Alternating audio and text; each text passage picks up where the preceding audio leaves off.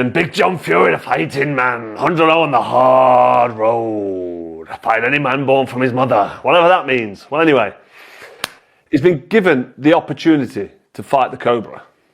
He said, I'll fight you. He's called it out, hasn't he? He's going to give 75% of the money to charity as well.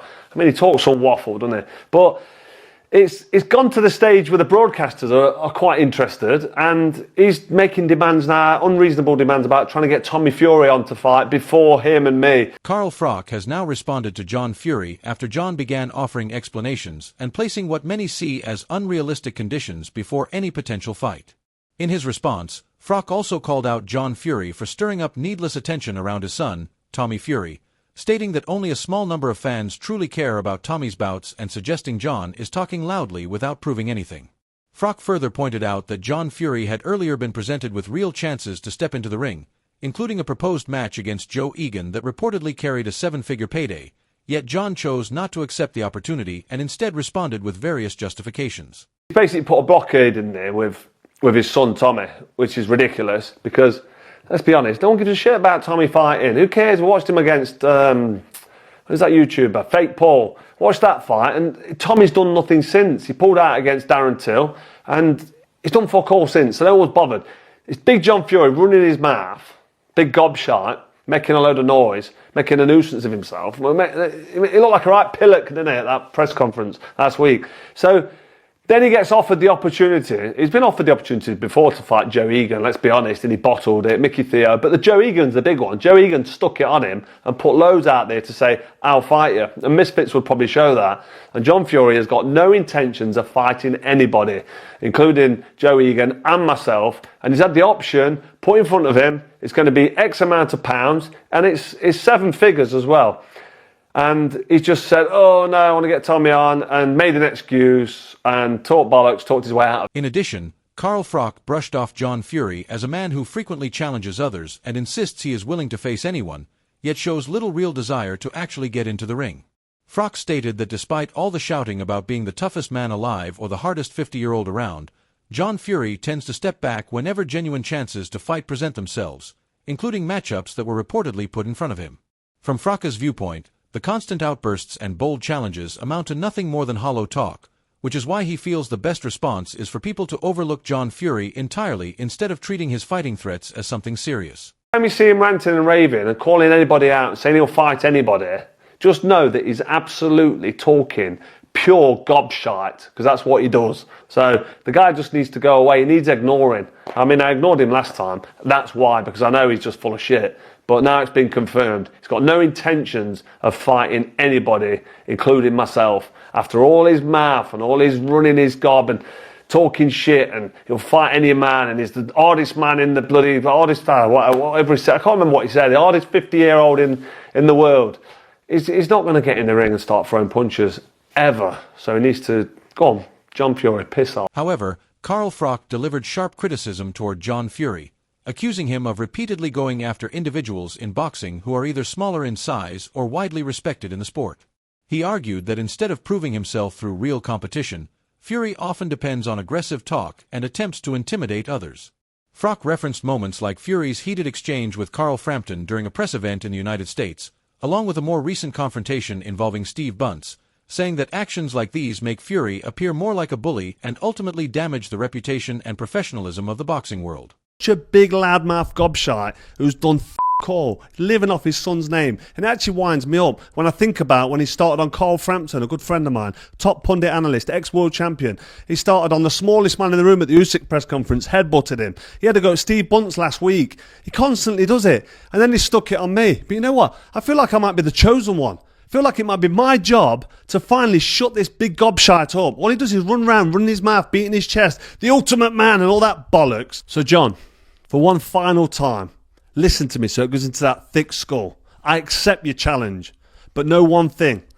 When that first bell goes, I'm going to come over to your corner and absolutely stick it on you, Cobra style, and set about you and make a mess of you. You know why? Because you're a bully and you need putting in your place. You're a bully and you're making a mockery of this sport, professional boxing. In addition, a number of figures within the boxing world later voiced their thoughts on the escalating dispute between Carl Froch and John Fury, providing a range of perspectives on the public back and forth and the broader debate sparked by Fury's outspoken behavior. I like it. It's great. Yeah, I mean, it is. I mean, look, Froch. I'd like to see it go off, if I'm honest with you. Do you know what I mean? You think it ever would? John Fury's a big lump. But I'd actually back Carl Froch against virtually anyone on the cobbles. Do you know what I mean? So, would you watch it on Misfits? probably. I wasn't expecting it, but I know that he blows up before press conferences, and you know, he's just getting some steam off, blowing some steam off. He said he wanted to fight you in your prime. Do you remember that? Yes, he did. I remember that, and I was like, he's not serious, is he? We didn't really take him too serious, but he did offer. As for John chasing Carl down, I mean, it's just, you know, I watched that and I was thinking, what did Carl do? Then I watched a couple of videos where Carl does have a go at Tyson, and I think, you know who fucked up there? Netflix. Why would you get someone that clearly doesn't really like Tyson on a Tyson card, or at least in the studio to present? So you can understand why John's like, well, I'm not, you're making money off my son fighting. No, I don't. I kind of get that. But also on my side, I was like, well, you can't even talk about anyone now without people getting upset. Now, if Carl can't talk about you as an ex-world champion, then fuck me, I do not have a chance. So it just kind of made me feel like everyone's a bit too sensitive, really. But look, I like John, I like the Furies, I like all of them. I've always said that I think they bring so much excitement to the boxing game. Shane, Tyson, John, all their clan, Tommy.